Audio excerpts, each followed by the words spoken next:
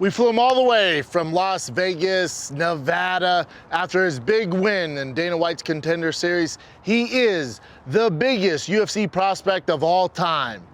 It's Bo Nickal on this week's Food Truck Diaries, and I'm feeding him grilled cheese. Let's go. Make it big, big, super thick. From my wallet to my check. I don't want it if it's skinny, but I need it if it's thick. Need it thick, girl, for the thick boy. I need everything I get, super thick boy. You ready? Used to have a model bitch, now I got a thick one. Yeah, I do. Last night went late, yeah, we had a sick one. Yeah, very drunk. Yeah, and I like options. So there's a hurricane, right? There's a hurricane in Florida, and it's really messing up all the travel all over the United States. So our friend Bo Nickal, his flight's delayed. The food truck, you can't rent it for the entire day. We only have a few hours, so his flight's delayed. So my thick ass is gonna hopefully order something that Bo's gonna want to eat today, because he's not here on time for the food truck. So that we're doing a remix. It's called doing on the fly. Welcome to entertainment. So I'll do my best. Hopefully Bo doesn't get pissed. We'll see. Who would be mad at a freaking grilled cheese? Come on, he seems like a good dude. Redhead, be cool. What's up, brother? How you doing, bro? I'm good, man. What's your most famous grilled cheese here? Our most famous, we're known for our barbecue pulled pork and mac and cheese grilled cheese sandwich. All right, so let's do this, man. Yeah, let's do two of those. Two of those. Then let's do the, I saw it on the menu there, the triple cheese threat. Two of those. Two of those. And then two of the keto bowls with the barbecue pulled pork, and then whatever else you mix in there for the keto. And two of the keto bowls. Yep, hopefully he eats it. Hopefully he likes it. We don't like grilled cheese. That's it, brother. That's it. Thank you so much, man. Thank you. Yep.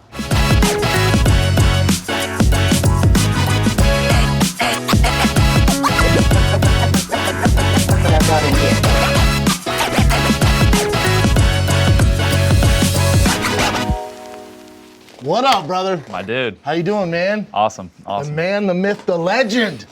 The biggest UFC prospect of all time. You feel any pressure?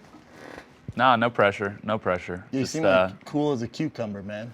Just excited, very grateful to be where I'm at. I put a lot of work in and stuff, so just, happy to put on great performances and be where I'm at.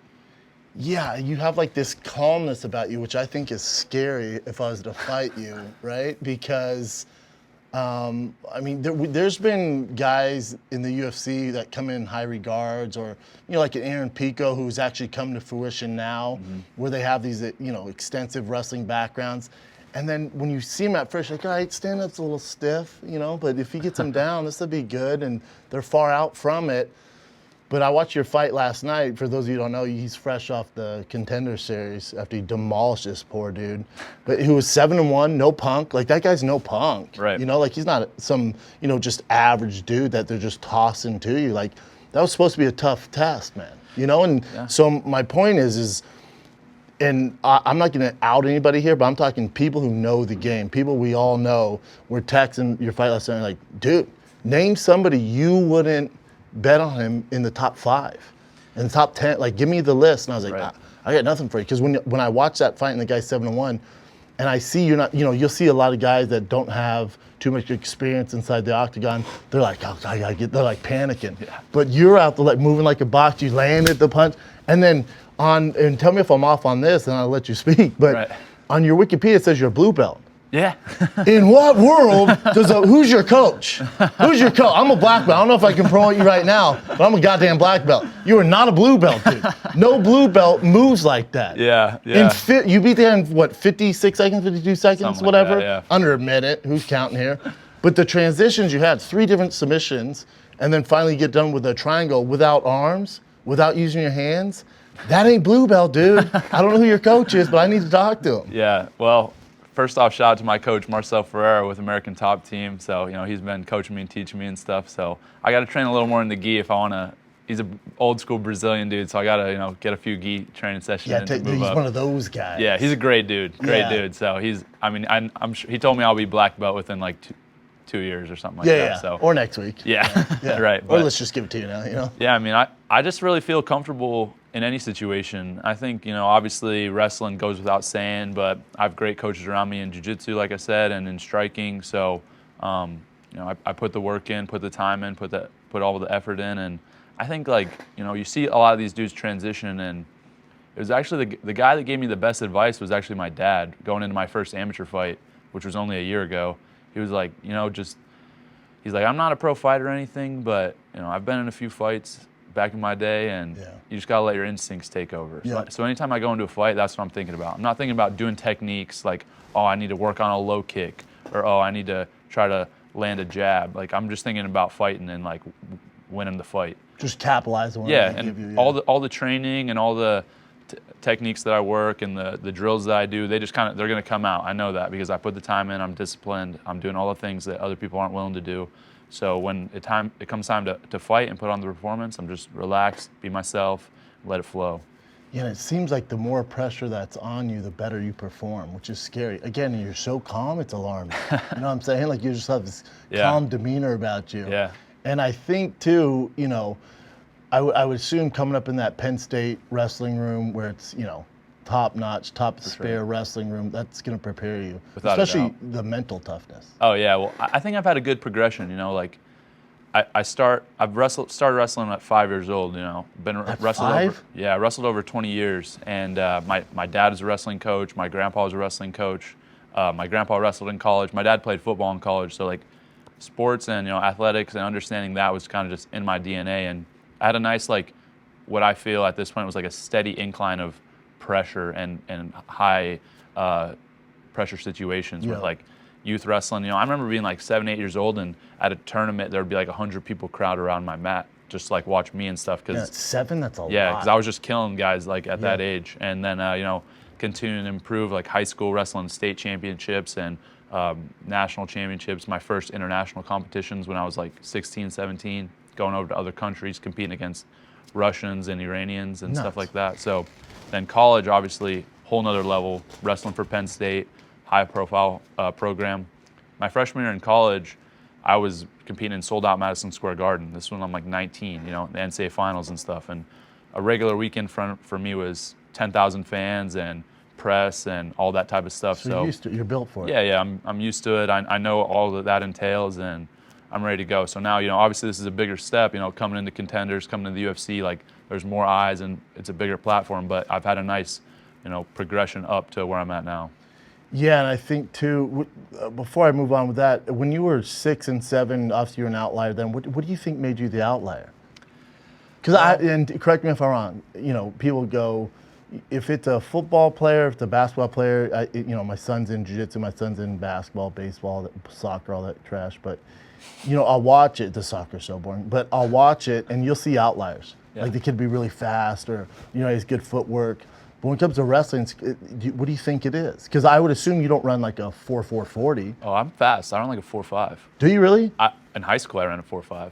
I'm a good athlete. People don't know. Oh, I'm not saying you're not a good athlete. No. But what I'm saying, It's all good. in those sports, I can chalk it up. Like for that sure. kid's a freak. Right, you see the kid, and it's like he's just. But you really run a 4.5? Yeah. I Jesus think. Christ. I mean, I probably could have played Division I football if I would have wanted to and stuff. But I think, that aside, as a young kid, I think I just had like a kind of a different mental capacity relative to other kids, where like I said, at 6 and 7, I was smashing fools, and people were watching me. Like, I also had big goals. I was like thinking about being a state champion in high school already, and a national champion in college. And I think that had a lot to do with my dad being a coach. I say your dad instilled that in you, I assume. I wouldn't even say it was like a conscious instillment. It was more like, hey, he was winning state championships with his teams, and so like I wanted to be like those guys. And like he was, pouring into the sport, and he was just a good role model for me, and all those guys on the team at that point were good role models. So like I wanted to be like them, and I just like kind of was already in that environment around a lot of people that were winning and doing well. And so like literally from that age, I was like, that's what I'm gonna do. Like I kind of was able to think about those types of things young and kind of see what these guys were doing. Because like a regular day for me is like I would get up, go to school, I would go watch my dad's high school practice, see how they did it, and then I would train at the club after that. And so that was like, I was just grew up in it. There's that culture. Yeah, it was just culture for sure. That's dope. And wrestling at Penn State, I mean, because there's been guys that have gone from Penn State into mixed martial arts, the UFC, Bellator. You know, you think of Phil Davis, right? Who's a stud, Yeah. complete freak out. I've trained with Phil, freak, like freak, built like a freaking, praying mantis. It's a monster. Just this monster, dude. Yeah. So you got guys like Phil Davis, who had a great freaking career, man. UFC and Bellator. And then you got Ruth, right? Yep. Ed Ruth, who's Ruth. a savage as well. Yeah. He won a lot of fights in Bellator and stuff. So. Won a lot of fights in Bellator. And this isn't a knock on them. Phil Davis, a buddy of mine. I love Phil. Yeah. Love training with Phil. I absolutely adore Phil. But when I watch early Phil and Ed Ruth's fights, and I watch yours, there's just something. Yours is different. Like your movement, your calmness, your fight IQ. It's just different. And I knew Phil was going to be a world champion. I think he ended up being world champion in Bellator. And, he's always a perennial top 5 guy in the UFC.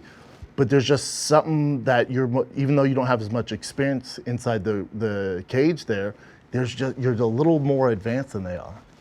Let's take a little break from chat with my ginger friend. We're talking about Bo Nickal, baby, because I'm here to tell you about Manscaped. Finally, the summer is over. We've been sweating our tails off here in Calabasas. But it is the season when girls are buying that pumpkin spice latte. They're doing all that stuff. But the bros out there, you got to make sure you're taking care of your crotch. And you guys know I'm worried about all your hairy noses and ears and your wieners. And listen, today's food truck is brought to you by Manscaped, the only company you need to know for men's grooming. All right? Join the 6 million bros worldwide who trust Manscaped by going to manscaped.com for 20% off and free shipping with the code SCHAUB20. That's SCHAUB 20. All right? Whether you're brand new or already with the crew at Manscaped, you could use the crown jewel of care for your family jewels. I'm talking about that Platinum Package 4.0, Daddy. Your hairy bush is going to dread when it sees that Lawnmower 4.0 headed straight towards your schlong. Because it's going to give you that Philly fade if you want it. You want to do the Fresh Prince of Bel-Air haircut on your nutsack? Well, Manscaped got you covered with that Lawnmower 4.0, man. They got you. Listen, it includes the Lawnmower 4.0 body trimmer. You get the Weed Whacker nose ear hair trimmer. Additionally to that, you get the upgraded shower routine. All sorts of fun stuff with that. You get the body wash. You also get the Ultra Premium 2-in-1 shampoo and conditioner. What's up? And don't forget, they also got that Ultra Premium deodorant, all right? But also, how about a crop preserver, ball deodorant? They got the crop reviver. And also, how about they throw in 2 free gifts for you? You get the Platinum Package 4.0, you get those 2 free gifts. You get the Manscaped boxers and a Shed travel bag, so you can put all your goodies into one thing when you're on the road trying to trim your trunk, all right? So go to manscaped.com, get 20% off and free shipping with the code SCHAUB20, that's SCHAUB 20. That's 20% off with free shipping at manscaped.com when you use code SCHAUB20. Manscaped, clear out the leaves. It's time, your tree trunk's time to shine. Yeah, I mean, obviously those guys are guys I look up to because, they've competed at a high level in wrestling and in MMA, and I've had plenty of conversations with Phil and Ed about things that they think they do well and just advice and stuff. So, they're obviously, like I said, guys I look up to and see in a very positive light. But I just think for me, it's a lot about my mentality and what I'm trying to do in the sport. I feel like with where the sport of MMA is right now, I have a real chance to kind of change the entire game in a lot of different ways. Meaning? Well, I would say in one way, just the approach to the sport. My approach to the sport is very different than I think fighters approach typically because of the programs that I've grown up in, and you played in the NFL, what a program is, what Correct. That organization's like. That's what we have at Penn State. Yep. That's what my dad did at a high school level, at a smaller level, and so I know what it's like to have a success as an individual, but also as a unit, as an organization, and I want to bring that type of mentality into MMA where we're real professionals. More professional. We're not dudes that are just tough dudes off Correct. the street that are rolling up here eating and drinking whatever and then just fighting. It's not the Tank Abbott days. No, that's I want to. I mean, and obviously we're already trending that way, but I want to take it to a whole nother level. If you watch, if you listen to an interview of anybody in the NFL or NBA, MLB, the way they talk their vernacular, their language is complete. Like when they discuss their sport, Correct. is super different than the way MMA is discussed. Correct. And MMA is discussed.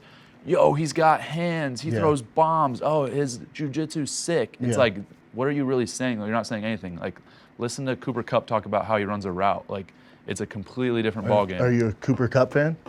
He's Favorite player, bro. Yeah, he's a dog. Dude, small white guy, best player in the NFL. Holler, dude. Eastern Washington. Let's what are we go. doing, bro?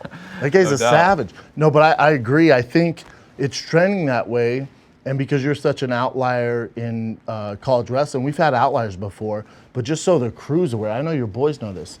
You weren't just, you won basically the Heisman Trophy for college wrestling, but you were Big Ten Athlete of the Year. Not Wrestler of the Year, not Person of the Year, Athlete of the Year. So Big Ten's Ohio State, Penn, all the football, all the basketball, Michigan State, big boy sports, and you won that award. Yeah, that's actually, that was really cool for me. When I looked at my goals as far as what awards I want to win and stuff like that, like, the Hodge Trophy, like you alluded to, which is the Heisman for wrestling, that was like number one for me.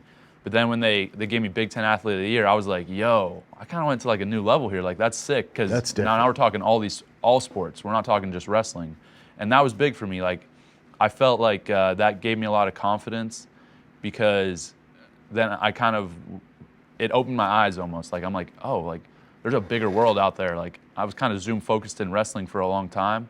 And that was like, I'm like, wow, like, if people are recognizing me as far as like all around athlete, like that's a much bigger world, and I want to tap into that. And it not only helps you out, but it helps wrestling out in general. Because wrestling, for whatever reason, it still flies under the radar a little bit. Yeah. Unless you're into the sport, which I am. Right. But in general, like the general fan, it flies under the radar. I mean, ESPN will put on, the final tournament, stuff like that, the finals. But outside that, it flies under the radar. For sure. And I think there's a lot of problems with the way that wrestling's handled from a media perspective, from a personality perspective. It was always taught like humble. Yeah, but like don't be flashy. Not even real humble, like fake humble. Yes. Like I can tell some guys want to be like, yeah, but they can't. Right. You got to overdo it and like overact like almost like you're not good. Yes. And it's like nobody wants to listen to that or watch that or see that. And it's like one thing to be like humble. Like, I do feel humble because any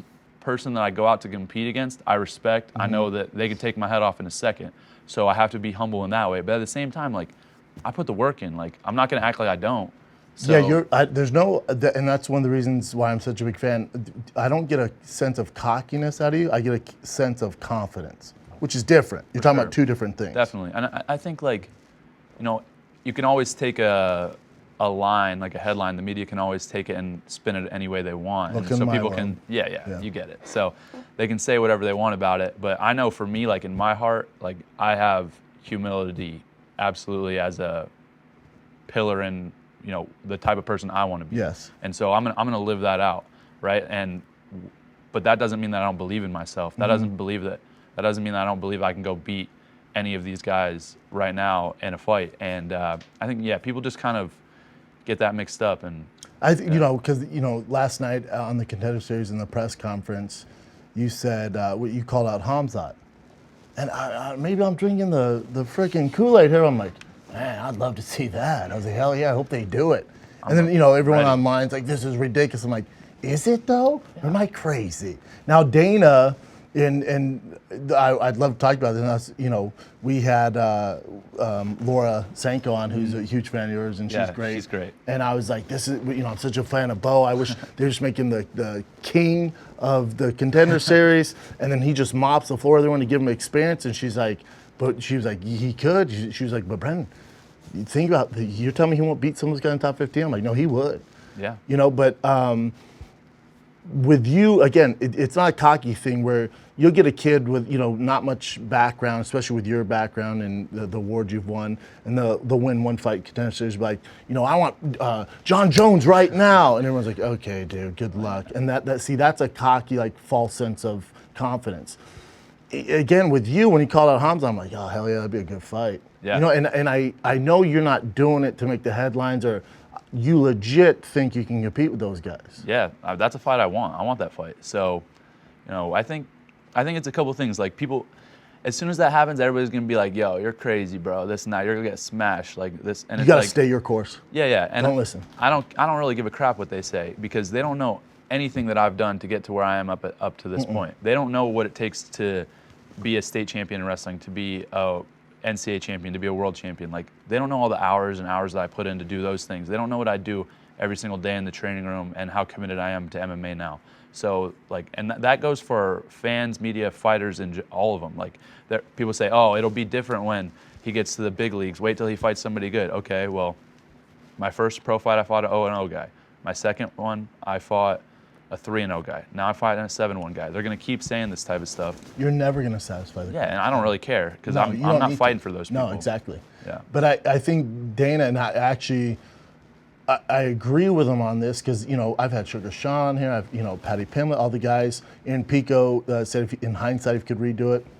I learned the hard way in my UFC career because I had 3 fights, and next thing you know, I'm 6 months after I'm fighting Gonzaga, number 12 in the world. I'm like, Jesus Christ. By the time I was like, I'm gonna starch this dude and then go on, you know. Yeah. But it's a marathon. It's not a sprint. Right. So I'm not opposed because Dana was like, hold up, Hamza, he's not fighting a top 2 guy in the world.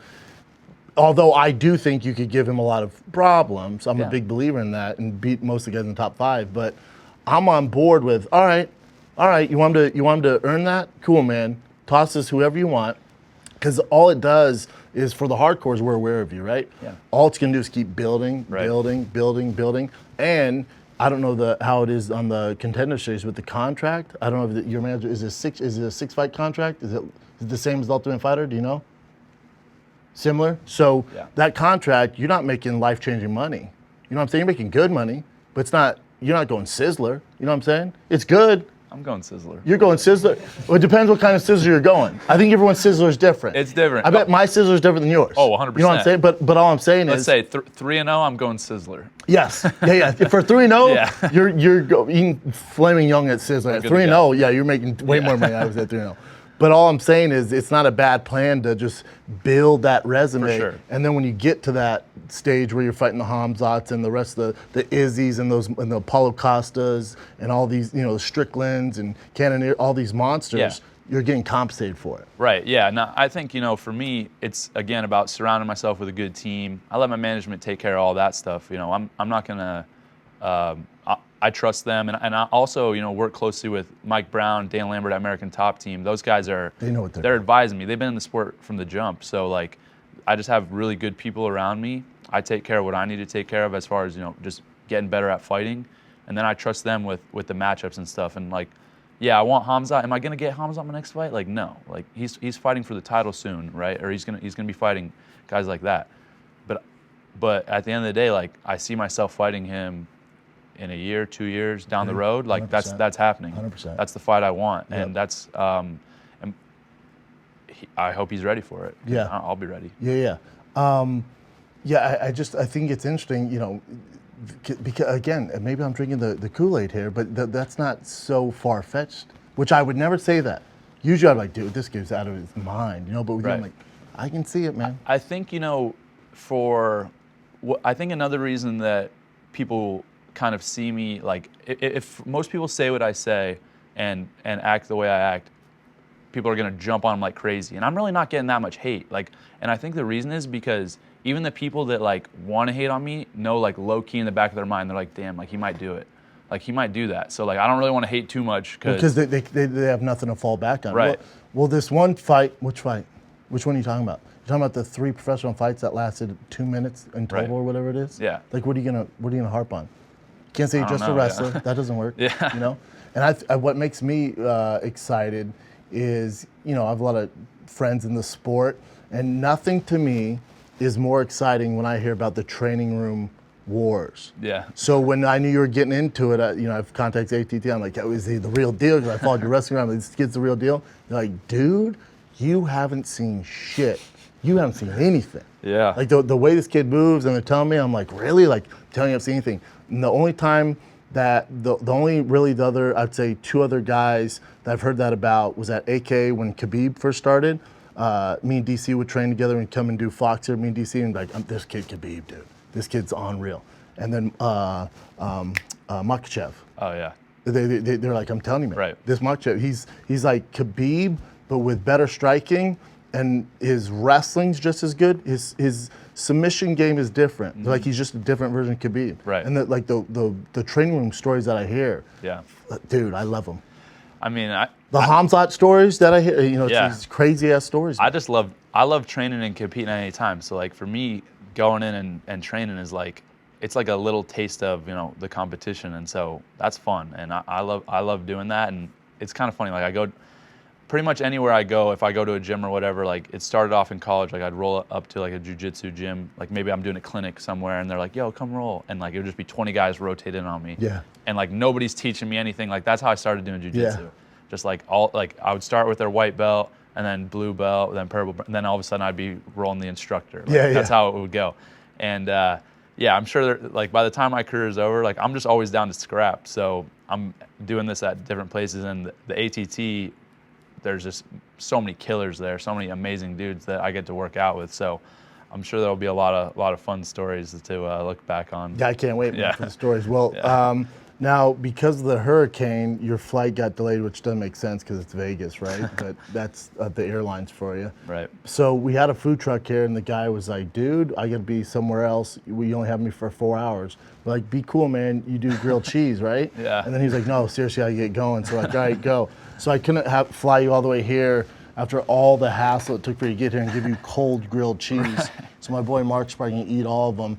So we had my boy Mike come out. He's the best griller we know. Let's go. go. We'll cook you some steaks. Hell yeah. And now, are you on a pretty strict diet? So normally I am. I work with Training Lab with Sam Calavita, so I'm on point with it. But he told me after this fight, he's like, let's take a week off. So I'm ready to rock yourself. and roll. All right, good. It's just they're steaks, and they're delicious steaks. Beautiful. So it's not going to put too much weight on you. Now, as far as the UFC career goes, this has always been the goal? Yeah.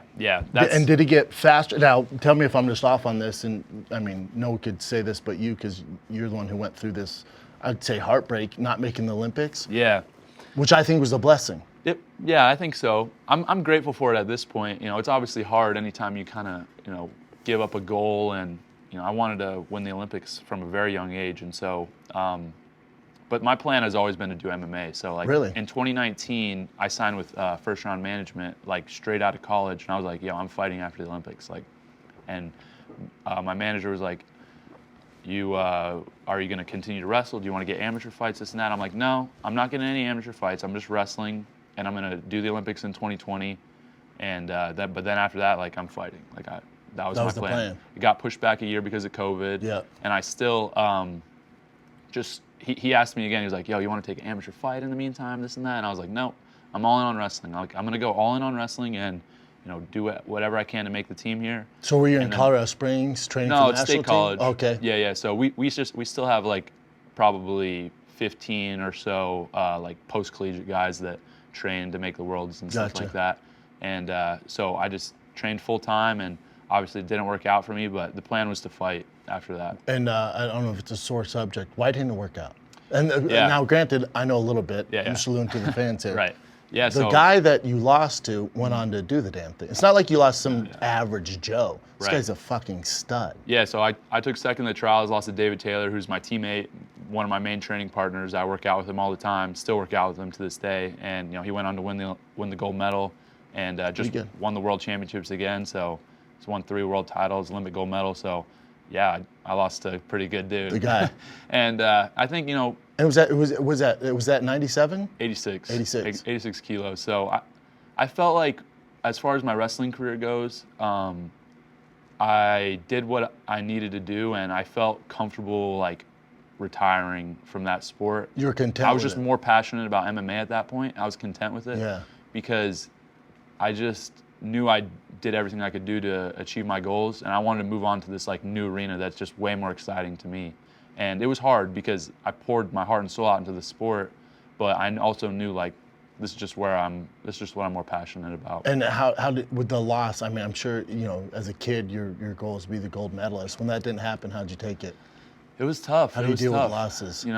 Obviously you fired back and you're okay, but I think that it took me a little time to process, just because it was a hard loss, and I felt like I was the guy. I felt like it was my time and stuff, and I was ready to do what I needed to do. But it didn't work out for me, and I think for me, I have a very strong faith, and I know God has a plan for me. And I think things happen for a reason. Yeah, exactly. I think and it puts a chip on your shoulder. And I think for a guy like you who's an ultimate winner, there's like I would consider you a very ultimate winner. Do what you've done. There's like the Kobe Bryants of the world. Right. There's the Tom Brady's. There's something about you guys that you have this uncurable sensation to win, and from 5 years old just dominating like you have, and Penn State dominating, national champion, and then for you to fail at this, it's going to prepare you for what you're doing now. I 100% feel that because because it can't be all. Let's dig into these stakes. They look too fire. Yeah, no, he's a. Yeah. Yeah, because it can't be all rainbows and freaking gold medals. So it might have been good for you to deal with it then to get you ready for what you're about to embark on now in the UFC. Yeah, on to bigger and better, And I think I look back at my wrestling career as a whole, and I didn't really ever achieve my goals because going into college, I wanted to win 4 national titles. I won 3, which is great. It's cool and stuff. Loser. Just kidding. Yeah, that's how I feel though, for real. Do you? A little bit, yeah. I'm like, I haven't really achieved what I wanted to achieve, so. High goals, my man. That's why you're at where you're at. Now, when you did lose in the Olympics, when you have a failure like that, because you don't have many, did you, what'd you do? Were you depressed? What are we talking about here? Well, I assume you don't drink. No, that's stupid. No, but to kind of tell that story, I'll go back to my freshman year, losing in the national finals. So I took second my freshman year in the national finals, and after I lost that match, super depressed. Really? Months. I was I couldn't think about anything other than that. I would wake up, or I would have nightmares about losing, and the worst part was I would have dreams where I won. Man. And I would wake up and realize I didn't win, I lost, and it would be there. Devastating. Yeah, nothing worse. No, it was so bad. And so that loss, coming back, winning the next year, taught me a lot because both feelings kind of faded away, right? I lost, a year later I got another chance, I won, and by the 5-6 days after I won, I was I don't really feel that high anymore. It's just on to the next. Yep. And then that really was wow, okay, I changed my whole mindset on how I approach winning and losing. And so, with all that helped me mature a lot. And so the Olympic trials, losing there, I think I handled it well because I really didn't value my performance based on the win and loss. I valued it based on doing everything I could do to be the best I could be. Give it your best shot. Yeah, and I think, I hate to I'm not this dude, but so going into, I didn't train pretty much that whole year going into the trials because of injuries and stuff. And then 2 weeks before the Olympic trials, I tore my MCL 80%. That's not good. It was 10 days before. That's not ideal. So I was just whatever, let's send it. Yeah. And then my first round match, I scratched my cornea. It's I'm just dealing with so much stuff. Against all the odds. And to do what I did and make the final and lose to the best guy in the world, probably maybe the pound for pound best guy in the world, I was wow, I did everything I could do, and it still broke my heart. I bet. I was still devastated, and it was really tough. It took me probably a month to where I kind of got past it. You're able to deal with it. Yeah, and I was able to deal with it, and I was also just not doing anything rehabbing because my knee was messed up, and makes it way worse. Yeah, it makes it way worse. But then I was all right, let's get into this MMA stuff, and I kind of had a new thing to pursue, and I think just that maturity from handling the loss my freshman year to handling that loss, knowing it doesn't define me.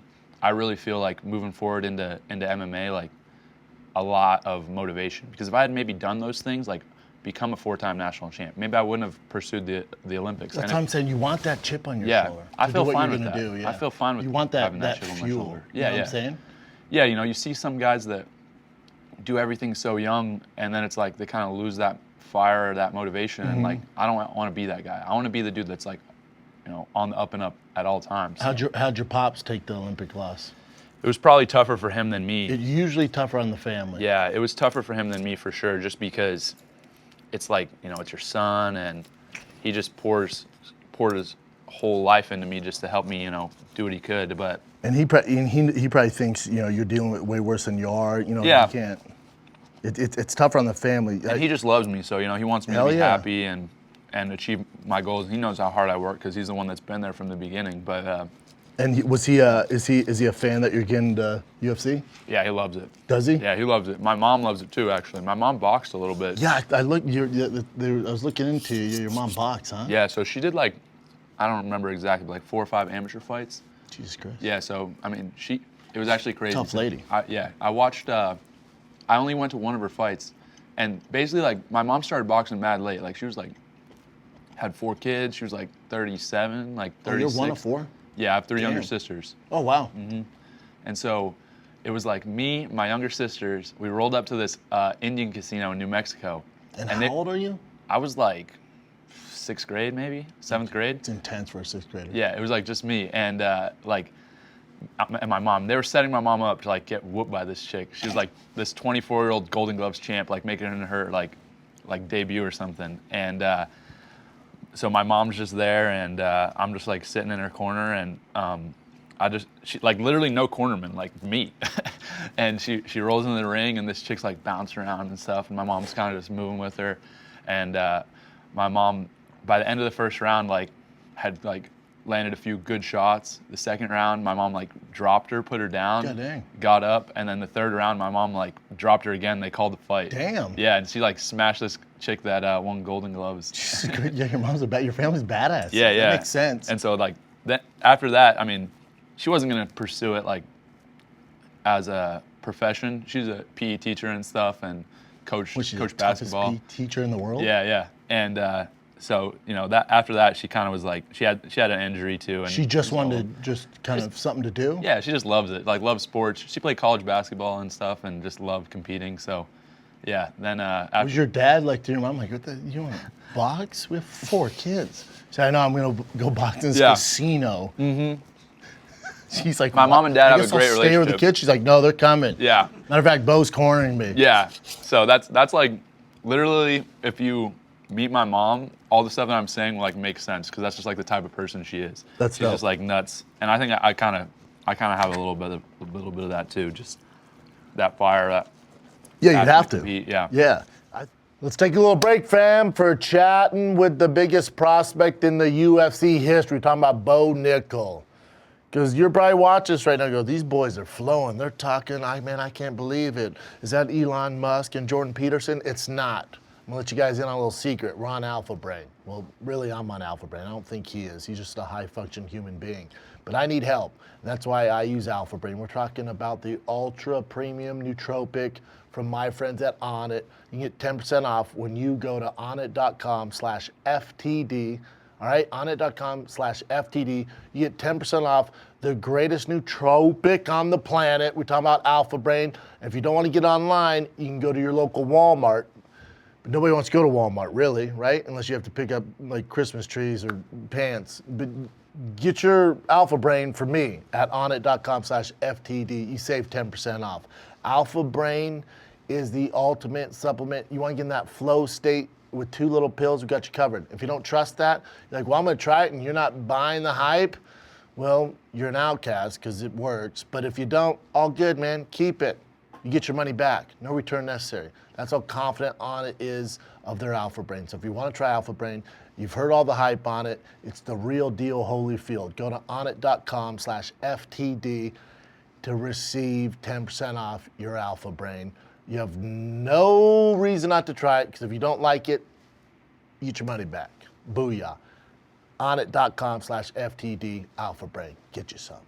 Last ad, then you guys will be watching your favorite show, your favorite food truck with the man, the myth, the legend, Bo Nickal. Because listen, kids, I'm here to tell you about Kratom. That's right, I'm sitting down with you, staring into this camera, talking about Kratom. It's the Wild West out there. You don't know if we can trust it, where you're gonna get it. Is it good? Oh, but I don't like it in the pill form. Oh, I don't like taking droplets. Well, my friends at Happy Hippo, they offer all sorts of various ways to get that pure, delicious Kratom nectar into your body. Yep, they got gels, they got shots, gummies, They got all pills. If you do want that, we got it all, man. The powders, you can mix in whatever shake you want. They got it all. You have no excuse not to try the best kratom on the planet. All right, and we're talking about Happy Hippo. It's the only kratom that I trust. This kratom is fantastic, all right? And whatever form you want to try it in, they got you covered. Delicious flavors.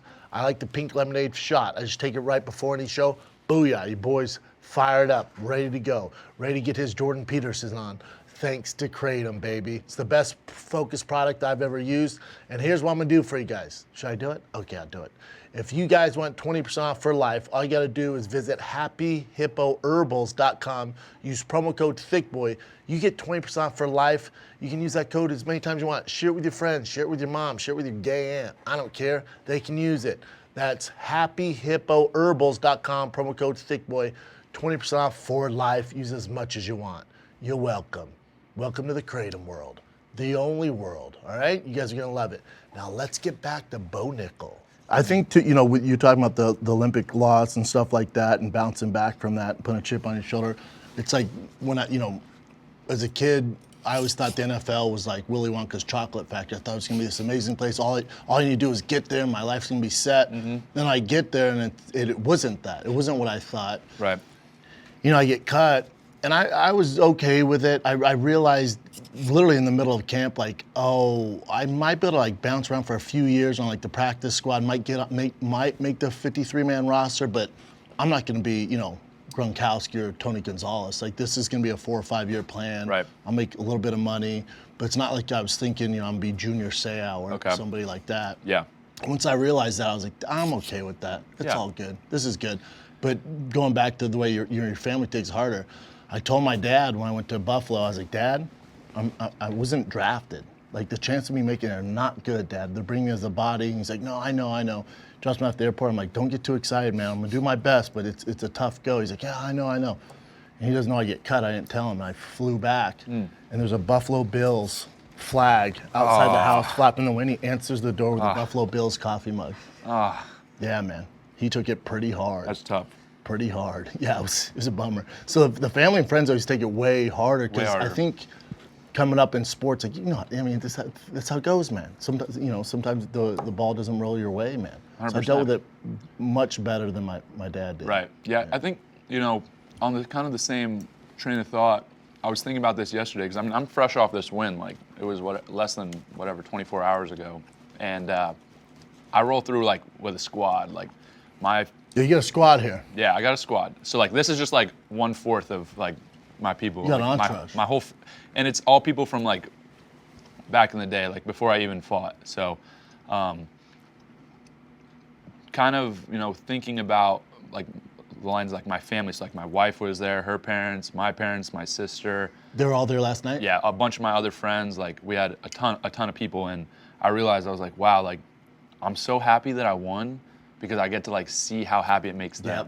Yep. If I just was by myself and I wanted to be oh, cool. But seeing them, I was like, oh, that's so much better. Yeah, so much better. Because they're just so happy and having a good time. Everybody's together, vibing. And it was the same way they almost take it harder. It was even better though, because on the other side 100%. of it. Yeah. And I think too, when I was watching the fight last night, so we have a policy here now where when we book fighters, we don't book them after the fight, right? So we had Anthony Smith, who was scheduled to come on, and then he fought this Russian monster, and his ankle blew out. And he was like, I'm so sorry, man, I gotta cancel the flight. I have to have surgery on my ankle, where I'm not gonna be able to make it. And we're like, oh shit, we're all set up to go. And so when they asked for you to come on, they're like, it's his fight. My team's like, he fights the day before. Book him. We're good. We're good. We're good. You gotta go ahead and book him. You sure? I'm like, he's the one guy. We're good. I was thinking about that too. I was like, I better win this freaking fight. I what am I gonna do? Probably wouldn't be here, man. Yeah, I was like, we're like, oh, the hurricane actually hit Calabasas, dude. We're gonna have to cancel. Sorry, bro. The manager's like, they said the hurricane hit Calabasas. It makes sense. Like, I'll figure it out. But yeah, and I was thinking about this too last night. The kid that you fought, obviously you made him look like an amateur, but he's not. You know what I'm saying? So, what sucks for that kid is his ticket to the Willy Wonka's chocolate factory had to go through a guy named Bo Nickal. Yeah, man. So out of all the fucking guys, you know what I'm saying? It's that was his shot, man. And then and he's 7-1. He's had some success. Right. And then he's like, yeah, I'm getting the UFC. And then the build up to it, obviously he has to say some stuff. He's like, I know he thinks he's a badass, but I'm gonna put these hands on him. I was like, oh, this guy. I was watching my girl. I'm like, baby, you gotta watch. This guy has no fucking clue what he's about to get into. This can be fantastic. She's like, he seems pretty tough. I'm like, doesn't he? Watch this. Doesn't he? Have you ever seen that movie, Truth or Dare? Yeah, this horror movie. The guy looks identical to the Truth or Dare people that smile. Creepy smile, bro. He's the Truth or Dare guy. And my staff's gonna bring it up now. Side by side. They look identical. And that's no shade on the guy. I know he's coming off a loss. But the thing is people just, like my girl, she was like, oh, this guy's good. I'm like, you understand. I know that guy's 7-1. He talked to you game, he's throwing, hand and sweaty on the back. You gotta watch this. And she's like, man, he seems pretty into it. I'm like, no, he thinks he's gonna win. That's the best part. That's the best part. He thinks this can go well for him. But can you imagine, just the shit luck of the draw? Sorry to cuss. I'm religious. But I can't stop cussing. Do I try? I have kids. They cuss. Anyways, it's all good, bro. But just the luck of the draw. The guy finally gets his shot. His agent's like, dude, I got you an opportunity on Contender. So he's like, hell yeah, it's go time. He's telling him, he has an entourage. Yeah. He's like, here we go, boys. His family's there. And who am I finding? Like, Bo Nickal's like, shit. Yeah. But in his head, he's like, yeah, let's do this, man. And now he's back to the drawing board. It's a little fricked up. Out of all the guys, because legit, I was like, and I was telling Laura Sanko this, I'm like, these guys, they're not getting an opportunity. There's nobody can come through that's gonna be Bo. So just fucking move him on or keep him there and just fuck people over. But let him go to the UFC and have those, that guy should be back next week. Give him another opportunity. I did feel bad for him because I'm sure he's a nice guy. I'm sure he works hard and, puts a lot of effort into it. I respect anybody that comes in the cage. I feel like a little bit, I'm like, really, bro? You signed the fight. You're a little nuts. What are you doing? That was my thing. All the guys, I'd been like, a fake an injury. Right now, say you got monkeypox. Right? I was nervous. That's real popping right now. I'm like, I got monkeypox, man. Shit. Just give me another opponent. I don't know how they get these guys to agree to fight me. It's kind of crazy, but especially at this level. I guess if you're in his position, you're thinking, oh, I'm 7-1. I fought real fighters. The guy he beat last, was a high level wrestler. Pennsylvania guy. Did well. Division I wrestler. I don't know if he wrestled Division I, but the guy was a Philly dude, good wrestler for MMA. Yeah. And so I think that's why he's I can do this. I'm confident. This guy has 2 fights. He might not be able to. Levels to this game. There's wrestlers, right? Yeah. And then I'm like. I was talking with Mike, before the fight, Mike Brown. I was like, "What's this guy doing? Why is he fighting me? This and that." And he was like, "I don't know. I think it's also I have a minute, now I guess 2 minutes of film footage, so people don't really know." They don't know. Yeah, they don't know. Ignorance is bliss. Yeah. Right? He's like, "No, I can win this," and the team's like, "Yeah, no doubt, man. Have fun." You got it, bro. Yeah, you got this, man. Just don't get taken down. Yeah, I think it's socked in the face and dropped. And they're like, "Fuck."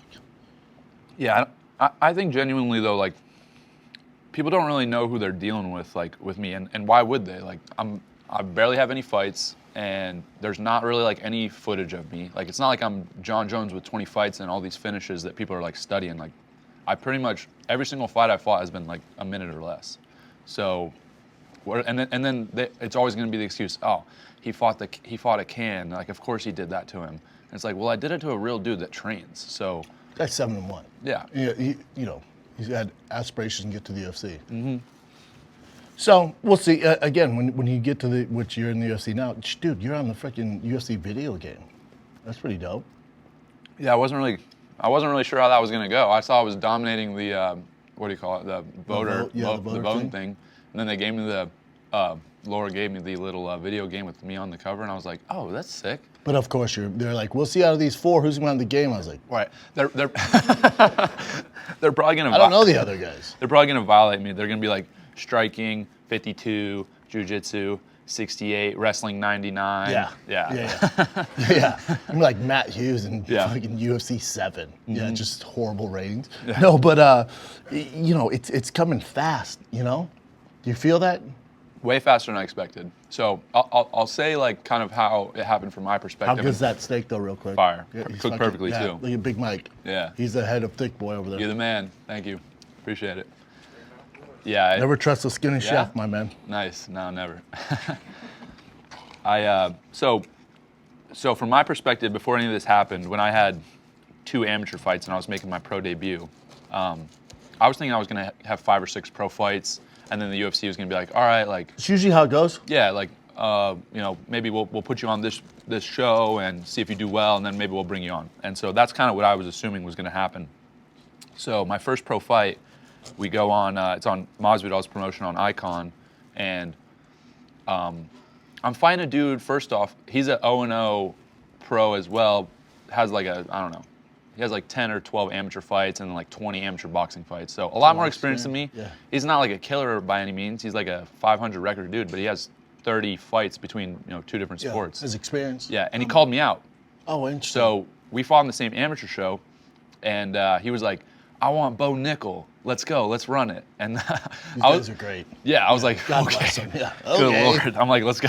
Yeah. And so fight gets signed. He makes it to the cage, knock him out in 30 seconds, cold on his feet. And immediately, So like, people are going nuts, like just loving it. So this was on Icon on UFC Fight Pass. Yep. So obviously the UFC gets all the numbers. They know how everything does. And long story short, that was like a Saturday. It was a fight on a Saturday. By Sunday morning, I had done like the 2nd most views ever on UFC Fight Pass history. That makes sense. I watched it. And then And I don't watch anything else. right. And then the #1 show was the Nelk Boys did a show, like they did a fight, like a card or something. Yeah. And then by the 2nd day, because they go based on a week of ratings, and by the 2nd day I passed them up. Damn. So I did the Shows the #1. draw, yeah. People want to see me. So at that point, like the next morning, so the Saturday night fight, Sunday morning, UFC's calling, Bellator's calling, PFL. I'd already been talking with them. ONE FC made me an offer. Every organization was like, let's go, let's run it. And I was like, I'm a UFC guy. Like, I'm not I respect to the other organizations, tons of great fighters all over the place now, But ain't the especially UFC. nowadays, but it's not. It's just not. And that's where that's what I am. People argue with me all the time about it, and I'm UFC through and through, UFC alumni. It's Yep. just a different, if you the guy in the CFL who won, the MVP of CFL is not call himself the best quarterback in the world. Right. It's like, come on, bro. Yeah. It's Aaron Rodgers, Tom Brady. If you're not playing the NFL, Yeah. you might be really good, but if I haven't seen you go against, the Denver Broncos defense and the top tier guys, I can't call you the best in the world, man. That's how I felt, and I was like, it's not on brand with me to do anything other than be in the UFC. And so immediately we're talking with them, figuring out what we can do, and they're like, you're 1-0, like you need some fights. And then they're like, well, Contender Series coming up, let's get you on Contender Series, see how it goes. And then it went. So, Man, did it go. And I think now, Frank Mir, and yesterday when we were talking about you, and Frank said, who beats him? That's Frank Mir. Knows a thing or two about fighting. He goes, who beats him, Bren? Who you gonna bet? I was like, dude, you're barking up the wrong tree here, my man. I'll convince you, he'll beat freaking Francis Ngannou right now. But we were talking about managing young fighters. And I don't know how it went down, with the Contender Series. Maybe, even with your experience, when I was fighting, there was no Dana White Contender Series. There was the Ultimate Fighter, which at the time was the biggest deal. Not, if you did well on that show, you'd get a contract in the UFC.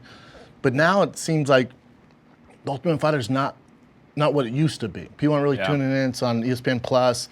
I can't tell you last 10 seasons who comes off there. It's just not the move anymore. Nobody's watching. It's like the real world mixed with fighting, right?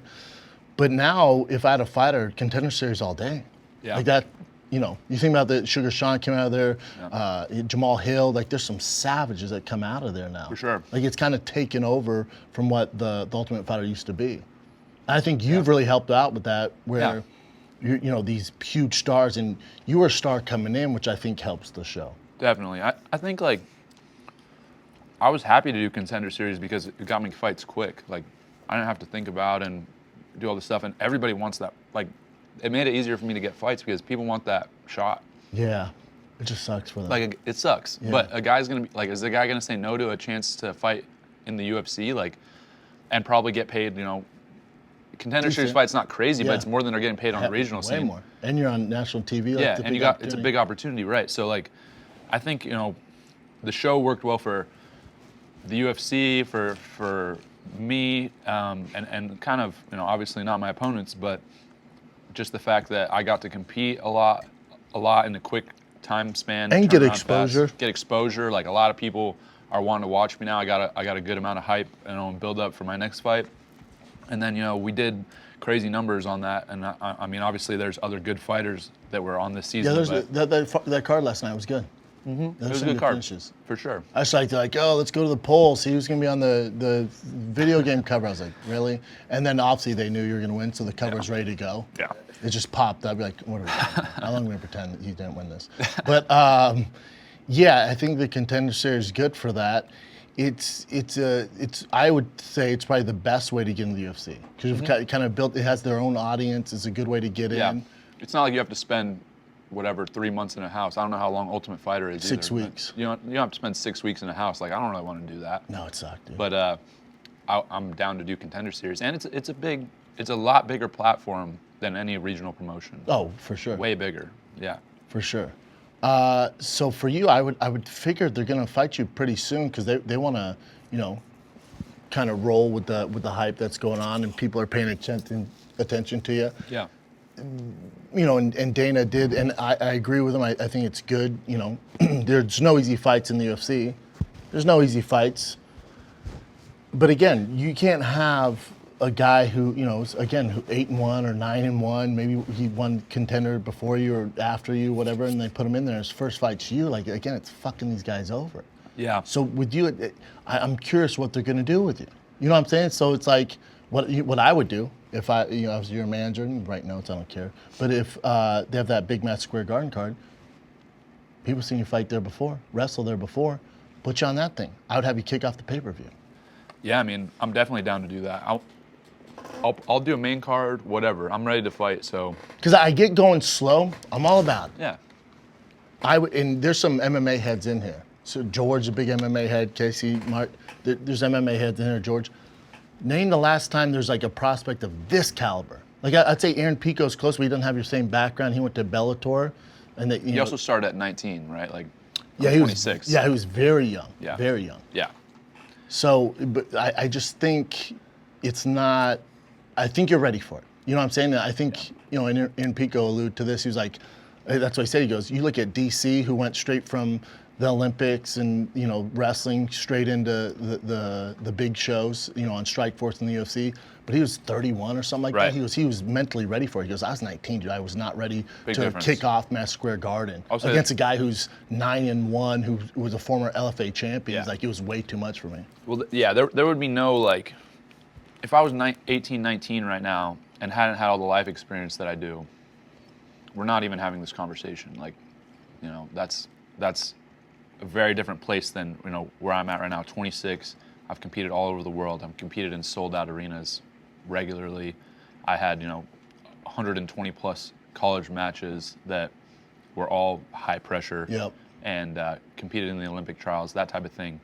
I feel very mature, very like, getting to the point where I'm like gonna be in my physical prime here in probably 3, 4, 5 years. Yep. And everything's kind of like on the up and up. I think like where I'm at mentally, where I'm at physically is kind of like aligning to peak here relatively soon. Yeah, you're only gonna get better. Yeah. That's the scary thing. Yeah, definitely. I have and I've only been doing MMA for one year. It's insane. Yeah. And I think too, what was and kudos to you is when you won your second fight in the Contender Series. I'm like, they gotta sign now. This is on. And Dana was like, we want to do one more fight, get some more experience. And you could have been like, the camera's right on. You could have been like, God. You wouldn't say goddamn, but you'd been like, oh, cheese and rice or whatever you say, But you were like, yeah, cool, man. Son of a biscuit. Yeah, son of a biscuit or whatever, something nerdy. But you did it. You were like, cool. You were cool with it. I don't care. Yeah. I know where I'm going. Like I said this in an interview before, but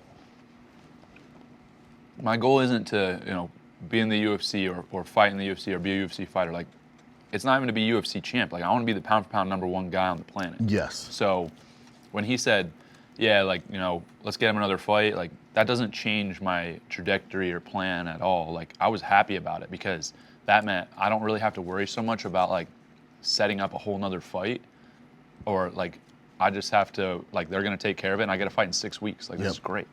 So for me, it was awesome. And again, at that point, I'm 2-0. I want more fights. I want to fight before I fight for the title like 10, 12 times if I can. Yeah. And I mean, we'll see if that actually happens. Like, Probably not, dude. Yeah. You win 4. We're going real Yeah. sizzler. Yeah. So that's like kind of where I'm at is like, you know, I know where I want to be. I know my goals, and I'm gonna do what I need to do to align with that. The other stuff's gonna take care of itself. And yeah, I want experience. I just love fighting too. It's fun. Yeah, I can tell. I think you're gonna do it, my man. I always say this, that if you were a stock, man, I'd be all in, you know? No doubt. I appreciate that. Yeah, man. I've been a fan for a long time. We wanted you on the show, and then, yeah, right after your second fight, and they're like, oh, he's fighting soon, so let's do it after that. That's when the team was like, oh, we don't, I think they told you, like, oh, we don't do guys after fights. Yeah. And they came in like, we're good. Get him out here. We're good. For sure. So I appreciate you, brother. I'm so excited for you, man. Like, you're just getting started. Your energy's as dope as I thought it was gonna be. You got this cool confidence, like, demeanor about you. You come from a good family. He's a Colorado boy, Rifle, Colorado, in the sticks with horses. You're out there, dude. There's not a lot going on out there for you, but I'm sure they'll put up a statue of you in Rifle, Colorado. But you're all over, man. But I can't thank you enough for coming on, man. I know it's been a long day for you. Hopefully the steaks, you know, were good enough, because I couldn't give you cold grilled cheese, man. But I'm just so excited for you, man. You make my life more exciting watching you fight and watching you come up. There's nothing better when someone's coming through the rankings and you're doing the damn thing, man. So good luck, brother. Appreciate I know you you got having me. this. You're the best. And before we leave, Oh man. I have a splash of CT and forgot I have to do this. So for Food Truck, my boys Suplex in Philly, which isn't too far from you. No. How far is Philly from you? About like 3 hours maybe. Okay, farther than I thought. 2.5. Okay, short plane. So my boys at Suplex Philly, I always, you know, I'm a huge sneaker guy. Of course. You came with hot sneakers. Yeah. I will say this, I was surprised with your fashion. You got a dope Supreme shirt on, the dope ass jorts there. Thank you. And the thing is most wrestlers, and one of my best friends, Lester Bowling, he's like Mr. Colorado Wrestling, Yeah. you know. Most wrestlers have awful fashion sense. yeah. They come in with the worst fashion of all time. They just don't give a shit. They just want to break people and pin them and shit. Yeah. So they don't care about fashion. So when we were picking shoes for you, I was like, oh man, your dress is pretty swaggy, but you don't want to go too, like, you don't want to give him like some yellow Yeezys or something he's never gonna wear. So my boys in Suplex found these, man. so I said, you know, they're Penn State colors. I figure they're not Beautiful. too crazy. Love it. Dunks are classic, they're at that. legendary. You're Beautiful. a legend in the making, my man. You're already a legend in Penn State, but I think you're gonna make your mark in the UFC. And this is for my boys in Philly. Said, please wear and enjoy these Penn State dunks. Big fans here at the shop. Come by if you're ever in Philly. Suplex. Beautiful. Thank you so much. Yeah, man. So hopefully you rock those. Hopefully I not will. too swaggy. No, But you got some swag to you, dude. Thank you. Dude, appreciate it. You, bro. You're the best, man. Thank you. If you're into Thick Boys, like, subscribe, comment, and God bless America. Well, that's not my big one. Just kidding.